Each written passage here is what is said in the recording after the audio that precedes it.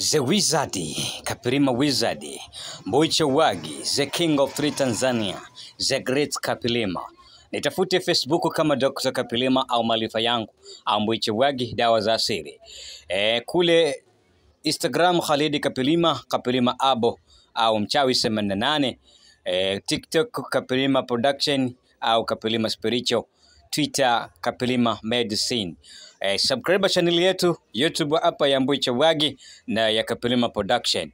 Lakini karibu Gongo la Mboto mwisho dukani kwetu Dar es Salaam, ujipatie dawa za jumla na rejareja. Karibu ofisini kwetu kutiba na ushauri. Tunatuma dawa mikoani na nje ya nchi kwa gharama nafuu na kwa uaminifu mkubwa kabisa. Lakini utanipata imo 0656 43 59 59 0656 43 59 59.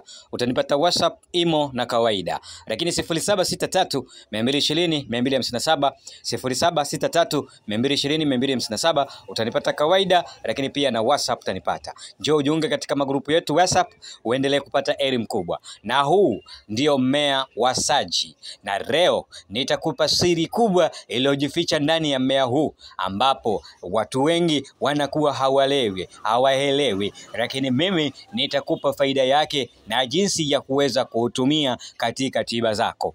Hapa mti wa saji.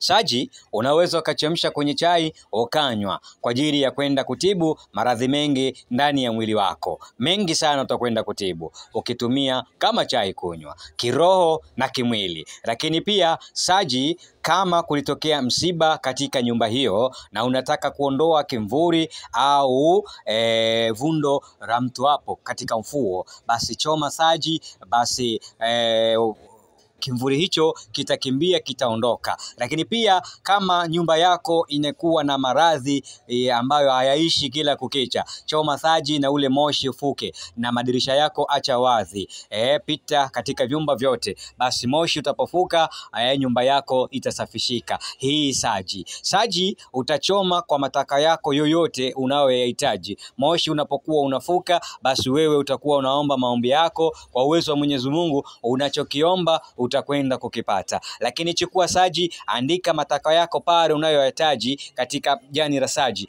na weka chini ya mto, lalia siku 3. Baada hapo toa, nenda kafukia nyuma ya nyumba yako, basi kile unachokitaka utakipata. Lakini saji zinachomwa kwa ajili ya dawa za kuvuta pesa, kuvuta mali. Saji unaweza kuweka jani katika pechi yako au wallet yako ikakuvutia bahati.